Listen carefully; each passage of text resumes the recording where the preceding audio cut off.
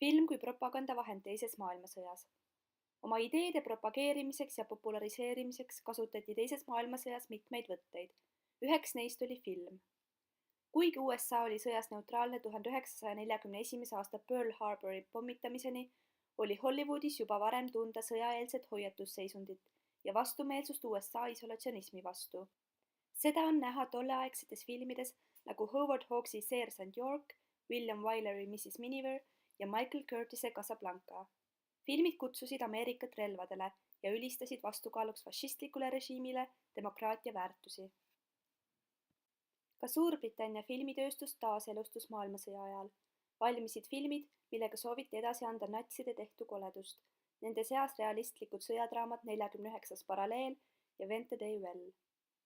Ka sakslased kasutasid filmi propaganda tegemiseks. Fritz Hipleri Igavene juut õhutab juudivastasust, näidates juute ebainimlike, rändavate, aariarassi lohuks olevate parasiitidena. Paljud filmid, nagu näiteks Tahte triumf, ülistasid aga Hitlerit ja natsionaalsotsialistlikku liikumist.